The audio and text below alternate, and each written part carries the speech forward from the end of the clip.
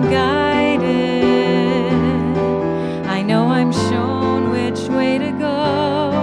I know I'm guided, and all I need to know, I know. Welcome, welcome, welcome. And what's exciting about today is I decided not to see who's here. I'll see you all at the end. I'm excited that I will get to see all of you at the end, but I've decided I will not see anyone until that time. So welcome. We're going to do an opening song here, and I'm going to send you out with this little disclaimer. Last month I did this disclaimer about using the word God in a song, because I know that that word can sometimes give people the itchies. When I use that word, I mean it as the essence of all things, the largeness, the allness, love, nature, everything that expresses itself as us, as the world. Not the man in the sky with the lightning bolt who's judging and punishing. So when you hear the word God in this song, feel free to release all attachment that you may have had to it, or just replace it with good or love or life or truth, whatever you'd like. So we're going to jump on in with a song called Creator, and while muted, please, you're going to be invited to sing along with me. So we're looking forward to that. Here we go.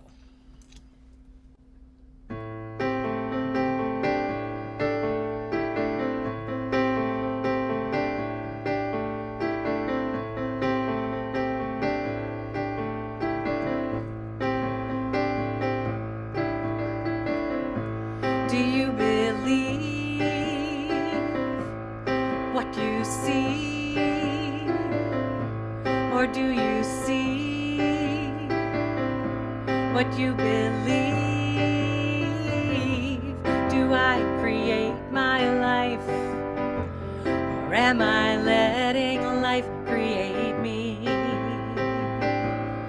We're going to repeat that, so sing along with me. Do you believe what you see, or do you see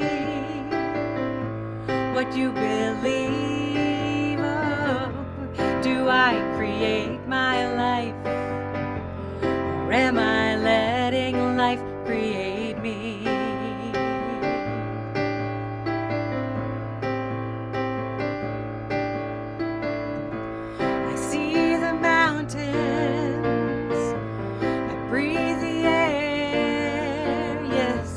I see the good in everything and God everywhere. I see the mountains, I see the mountains. I breathe the air, yes. I see the good in everything and God everywhere. This time it's do I believe? Do I believe what I see, or do I see what I believe? Oh, do I create my life, or am I letting life create me? One more time, do I believe what I see, or do I see what I believe? Oh, do I create my life, or am I letting life create me?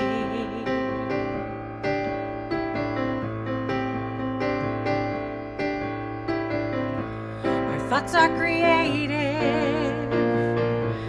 intentions are clear, yes.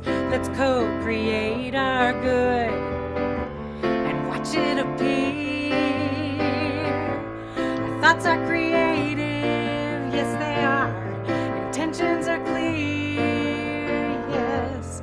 co-create our good and watch it appear.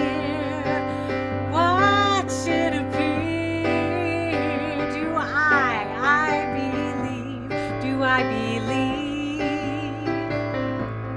what I see? Or do I see what I believe? Last line, I co-create my life.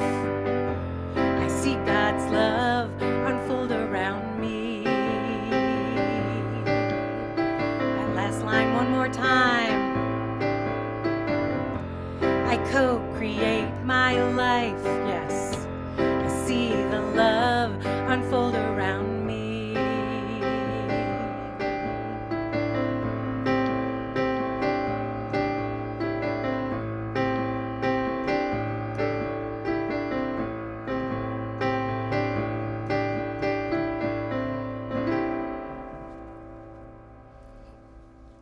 Oh, yes, and breathing in that love that is around us.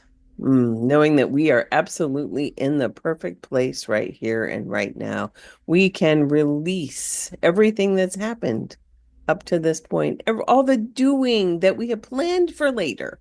We just release it and be here now, knowing that this service, this talk, the music, the connection of our community is exactly what we need in this moment.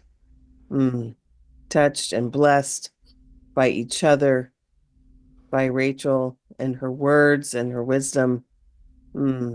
So grateful for this, grateful for technology that can bring us together, grateful for each and every person.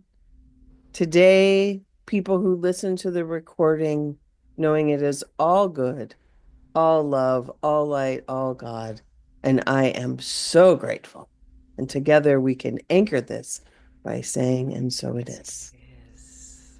So it is.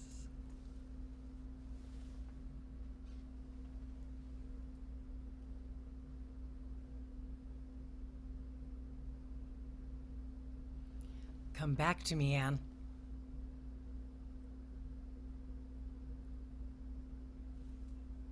And now I'm worried. Did we lose Anne? I can't hear you. You can't hear me? Here we go. I turned you up. There we go. It's all you, babe. Oh, sorry. You're right. Our sacred readings for today. The truth may be stretched thin, but it never breaks, and it always surfaces above lies as oil floats on water. That is Miguel de Cervantes from Don Quixote. The most important perceptive character in a play is the fool, because the man who wishes to seem simple cannot possibly be a simpleton. That's also Miguel de Cervantes from Don Quixote. And finally, from Man of La Mancha, facts are the enemy of truth. Indeed. Indeed. All right, let me get back down to there. There we go. Well, welcome, everybody. Let me be honest with you. To tell you the truth, if I'm being honest, it's always fascinated me when I hear myself say these phrases as if I have to clarify that I'm being truthful. I mean, if I'm being totally honest, I'm not always 100% truthful. There are days when someone asks me, "Hey, how are you?" And I don't feel like getting into any kind of a story, so I say, "I'm good, and you?"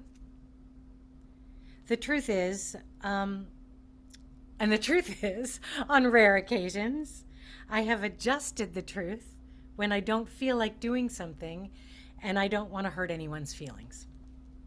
I really enjoy my cave time at home here, and the idea of leaving to go outside into the peoply world just sometimes feels like too much. But can I say that? Can I tell that truth? Probably. Not every time, though. Not with folks who don't understand. So, yeah, sometimes those disclaimers are actually useful, necessary even. On the flip side of that, there have been times when I have been completely honest and have caused hurt and even damage to someone. Sometimes being a little less than totally honest can be a gift. It can spare someone pain. It can make a situation just a little bit easier to navigate. The truth is powerful. It can be dangerous. It can heal, hurt, mend, and rend relationships. And because, as you know, I like to play with language and letter cases, I do differentiate between big T truth and true and little t truth and true. Not that one diminishes or elevates the other. I just see the big T as spiritually grounded truth versus the human experience of truth. Similar to when I talked about big L love and little L love, the big and little markers are not judgments, just clarifications of what I mean when I use the words. I like to say what I mean and mean what I say, if I'm being honest. Okay, let's get right to the acronyms because I'm super excited about them. I had so much fun with these acronyms. So for truth, the real understands the heart, or two really uniquely told histories. And then for true, try reaching upward every day and the raw, undeniable experience. We're going to walk through each of these, exploring the idea, and then receiving some companion pieces to bring the whole thing home to the heart. So let's start with the real understands the heart. Two of my favorite stories connect deeply with this one. In Miguel de Cervantes' Don Quixote, we meet a man who has decided that the real world, little r, real world, brings him nothing but sorrow. He's searching for meaning, for a passion to pursue, for something that will take him out of his claustrophobic and sad life, to release him to become the hero he reads about in his books. He shakes off the identity of the man that he is, Alonso Quijana, and embraces the glorious personage of Don Quixote de la Mancha, the knight errant who will go forth and right the wrongs of the world. He's confident in his quest, and Cervantes also makes him very wise. He says, when life itself seems lunatic, who knows where madness lies? Perhaps to be too practical is madness. To surrender dreams, this may be madness. Too much sanity may be madness. And madness, and maddest of all, to see life as it is and not as it should be. It is a harsh journey for our friend Alonso. Still, while he is embodying Don Quixote, his heart is filled with joy and rapture. He conquers a monster, that's actually a windmill. He rides a stallion, that's actually a broken down old horse. And he falls in love with his dream lady, Dulcinea, who is actually a kitchen wench named Aldonza. None of that little r real stuff mattered to him, though. The big R real understood the heart of our brother knight and gave him the power to carry on and be who he longed to be in the world. And then there is the beloved Velveteen Rabbit, who longed to be real, big R, who was loved and lost and then miraculously found at the end of the story. His lesson in the real understanding of the heart came from the skin horse, another toy in the toy bin.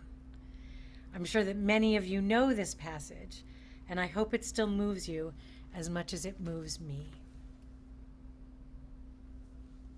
What is real? Asked the rabbit one day. Does it mean having things that buzz inside you and a stick-out handle? Real isn't how you are made, said the skin horse. It's a thing that happens to you when a child loves you for a long, long time, not just to play with, but really loves you. Then you become real. Does it hurt? Asked the rabbit. Sometimes, said the Skin Horse, for he was always truthful. When you are real, you don't mind being hurt. Does it happen all at once, like being wound up, he asked, or bit by bit? It doesn't happen all at once, said the Skin Horse. You become. It takes a long time. That's why it doesn't happen often to people who break easily or have sharp edges or who have to be carefully kept. Generally, by the time you are real, most of your hair has been loved off and your eyes drop out and you get loose in the joints and very shabby. But these things don't matter at all, because once you are real, you can't be ugly, except to people who don't understand.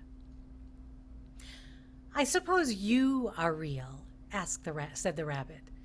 And then he wished he had not said it, for he thought the Skin Horse might be sensitive. But the Skin Horse only smiled. The boy's uncle made me real, he said. That was a great many years ago. But once you are real, you can't become unreal again. It lasts for always.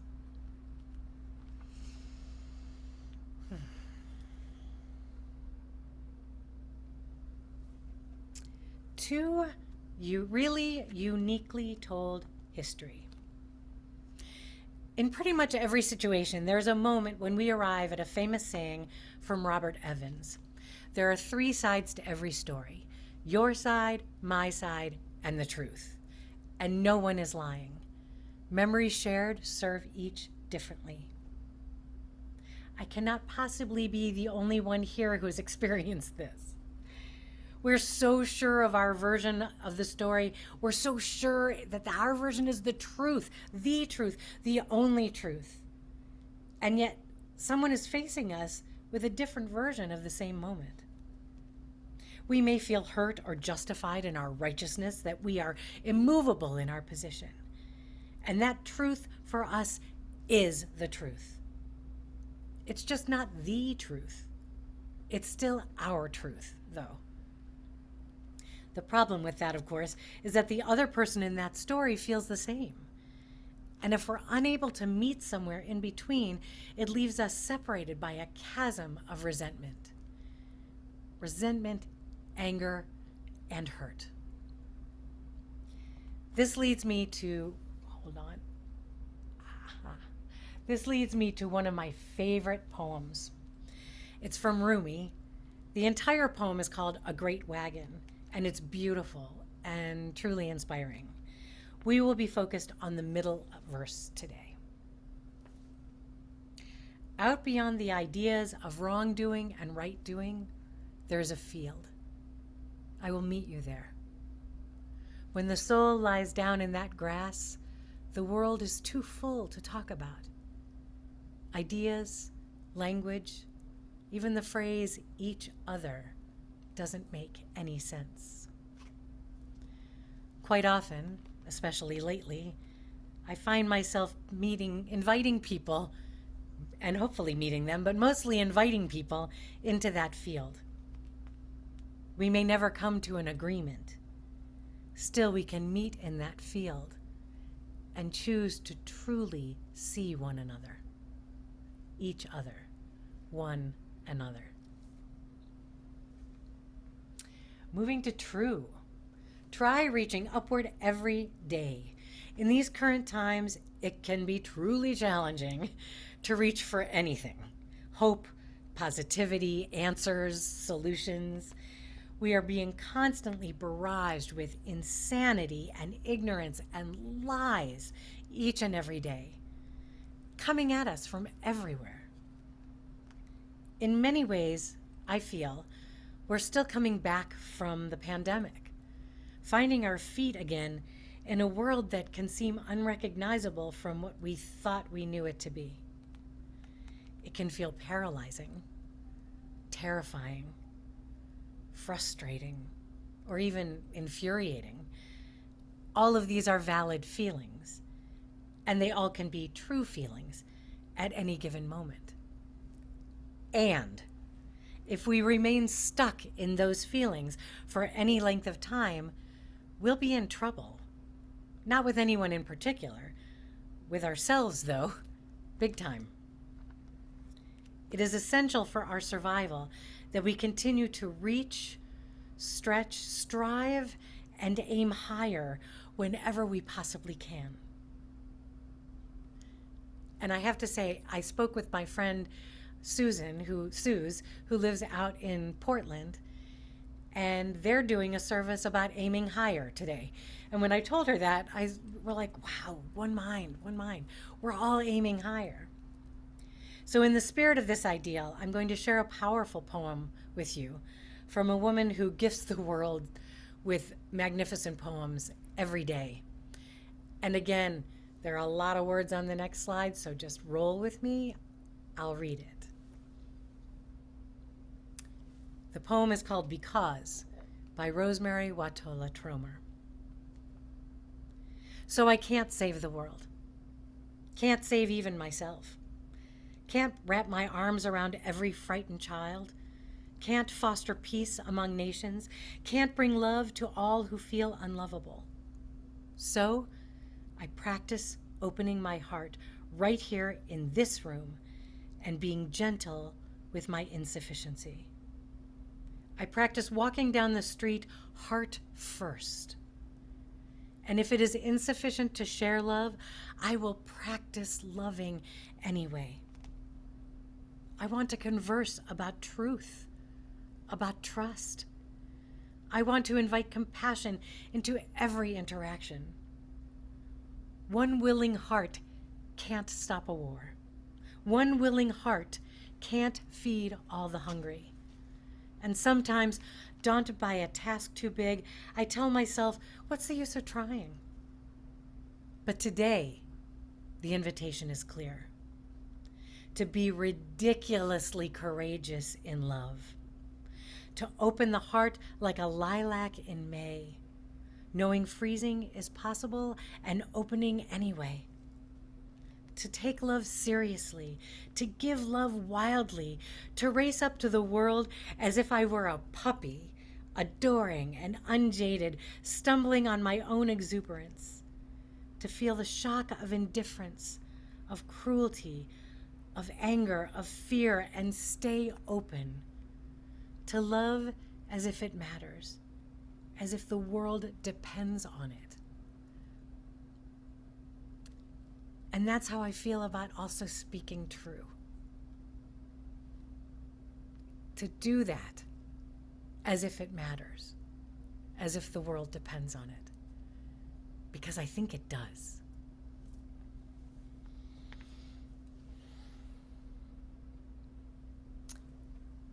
Moving into the raw, undeniable experience. And I realize that says truth above it, but it should say true. Forgive me, please. True, the raw, undeniable experience. So, back in 1987, when I was in a hospital psych unit, I was asked by a team of psychiatrists if I ever heard the voice of God. I hope you can see that I'm smiling. Now, granted, this was years before I became a minister. However, I've been having conversations with God since I was a very young child. Up until the death of my dad, God and I would have lovely chats about life, about loneliness, about my fears. And then after my dad passed, I would yell at God a lot. And I stopped hearing its voice because I didn't want to hear it. However, in December of 1986, 11 months before I landed in the psych unit, God and I had begun talking again. And it was wonderful. Deep, honest conversations that I could never have with a human being, and especially not with a psychiatrist. So I learned from that moment with the team of psychiatrists that I had to lie when they asked me that question. And I learned that because in 1987, when they asked me that, I answered, yes, I do hear the voice of God. And the ensuing treatment I received was less than gentle. Let's just put it that way. It became clear to me that the medical and psychiatric professionals could not handle what was true for me. That my raw, undeniable experience of my conversing with God was beyond their reach. That couldn't be their experience. Another aspect of this idea of the raw, undeniable experience is, of course, love. And although I could say a lot of things about that, finding love, risking love, stepping up for love, I'm going to once again lean into the work of the brilliant David Whyte. He wrote a poem in his book House of Belonging that, for me, reflects completely the raw, undeniable experience of love. The true love. There is a faith in loving fiercely the one who is rightfully yours, especially if you have waited years, and especially if part of you never believed you could deserve this loved and beckoning hand held out to you this way. I'm thinking of faith now, and the testaments of loneliness, and what we feel we are worthy of in this world. Years ago, in the Hebrides, I remember an old man who walked every morning on the gray stones to the shore of the baying seals, who would press his hat to his chest in the blustering salt wind and say his prayer to the turbulent Jesus hidden in the water.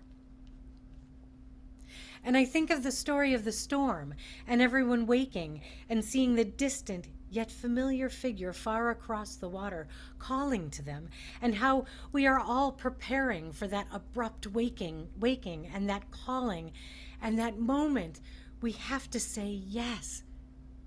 Except it will not come so grandly, so biblically, but more subtly and intimately in the face of the one you know you have to love. So that when we finally step out of the boat toward them, we find everything holds us and confirms our courage. And if you wanted to drown, you could, but you don't, because finally, after all the struggle and all the years, you don't want to anymore. You've simply had enough of drowning. And you want to live, and you want to love, and you will walk across any territory and any darkness, however fluid and however dangerous, to take the one hand you know belongs in yours. Yeah, I need to take a breath after that one.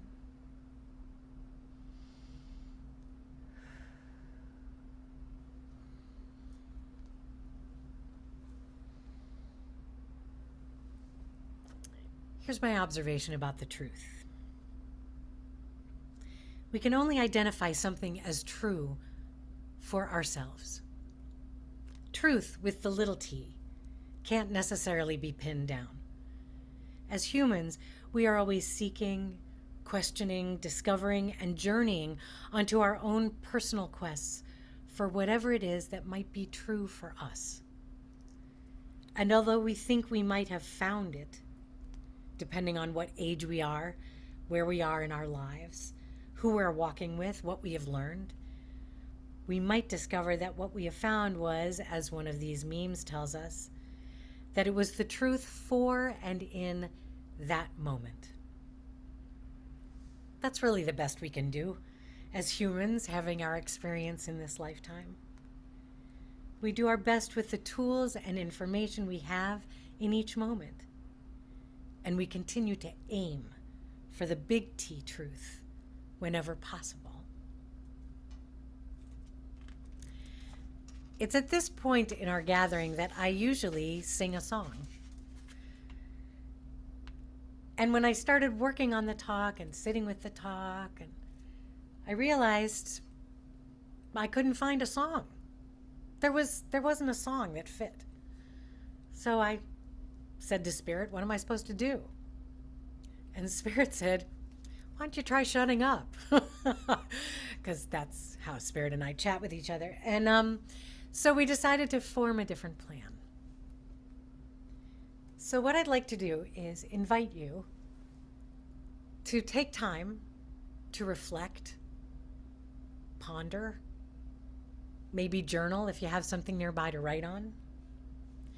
And I'm going to play a piece of music. The cool part about this piece of music is, as I was looking through my notebooks of songs, I found this instrumental piece that apparently I wrote in 2003, and it's called Don Quixote. And I don't remember writing it, but it's definitely mine. So I'm going to play Don Quixote for 3 minutes or so, and I invite you to reflect, ponder, journal, ruminate, breathe, whatever you'd like to do.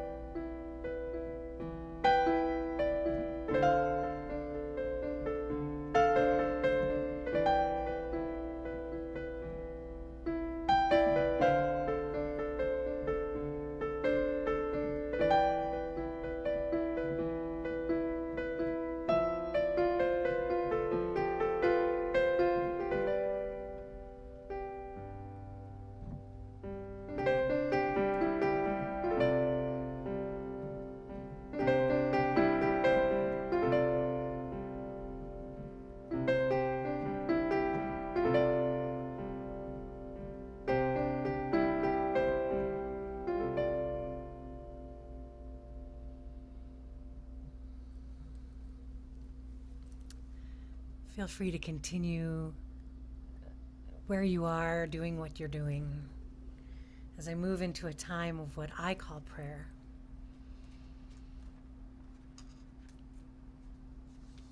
And as always, we don't get hung up on words here.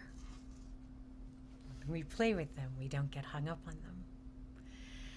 So we can call this prayer, we can call this sharing, we can call this affirming, we can call this connecting. I just take this moment to breathe deeply, To remember that what is true and truth for me may not be what is true or truth for others. And that that is okay in this human experience, to find places where we can meet and to agree to disagree in the places where we can't. And especially in these times, when those places where we can't meet become difficult, dangerous, impossible.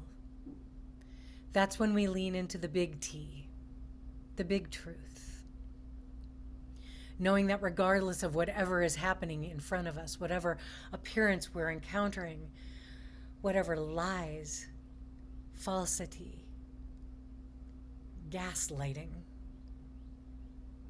we may be encountering, what we know is that beyond that there is a larger, big T truth, and that is the spiritual truth. That we are one. We are one with the thing that is, that essence, that creative energy, that force, whatever name we call it. That we are one in the path that we walk, whether it's Judaism, Islam, Buddhism, Christianity, Baha'i, Yoruba.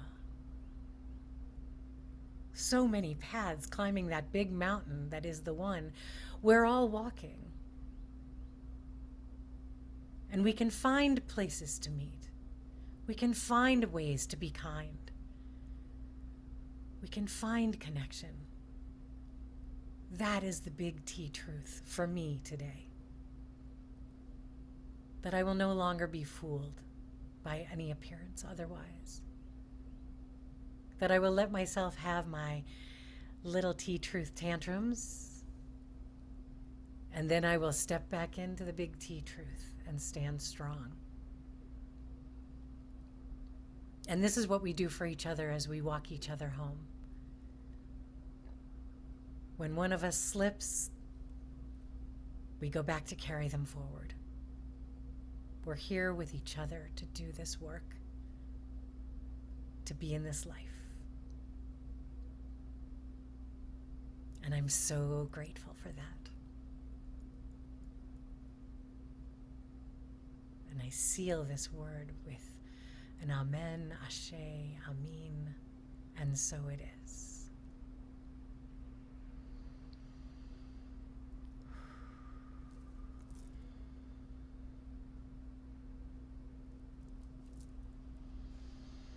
Transitioning to big news. Yay. Reverend Ann, jump on in. So we are another step closer to our 501c3 status. So Carla at the IRS has been helping us. We have our own assigned person. It's very exciting to have your own assigned person at the IRS. So please send her good vibes. Yes. Yeah, so we're hoping this will happen soon. If you're not getting emails, make sure you check Rachel's website so that you can click the contact tab and she can get you added to that email list. Just an FYI, so normally we meet the second Sunday of every month, but in September it will be the third Sunday, which is September 21st, and in October, October 19th. So make sure you mark that down though. Third Sunday in September and October, and then in November we'll go back to the second Sunday. Yes. Yes. And if you would like to donate, stick around for the very last slide in the PowerPoint. There's a QR code for that. Please don't leave early before that. And in the spirit of gracious and grateful giving, we are going to sing our song. Break out your Elmo. Here we go. If you haven't done it yet, there's an echo opportunity. While muted, I say always so grateful and you echo with always so grateful. I'll demonstrate, but then you'll pick it up, I'm sure. Always so grateful, always so grateful. Always so grateful, always so grateful. You've got it now. Saying thanks and giving thanks. Living a life of gratitude is the way I choose to live. Saying thanks and giving thanks. Living a life of gratitude is the way I choose to live my life, and I am always so grateful.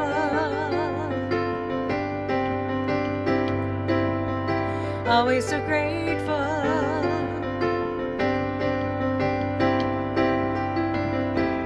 Look around, so much to say, yes. I'm thankful now for everything. I have no complaints whatsoever. Nope, nope.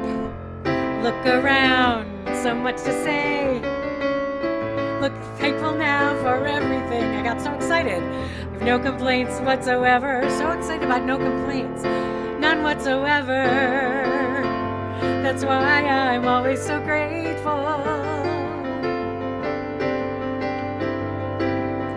Always so grateful.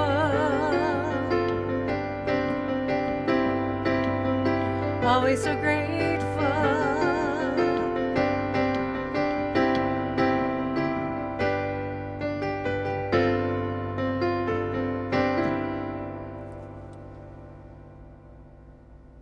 There's our last slide. So if you'd like to donate, I will say that if we can get, not if, when we get our 501c3 status before December, any donations this year will be deductible. So feel free. And you can also send checks to me. I still do old-fashioned checks.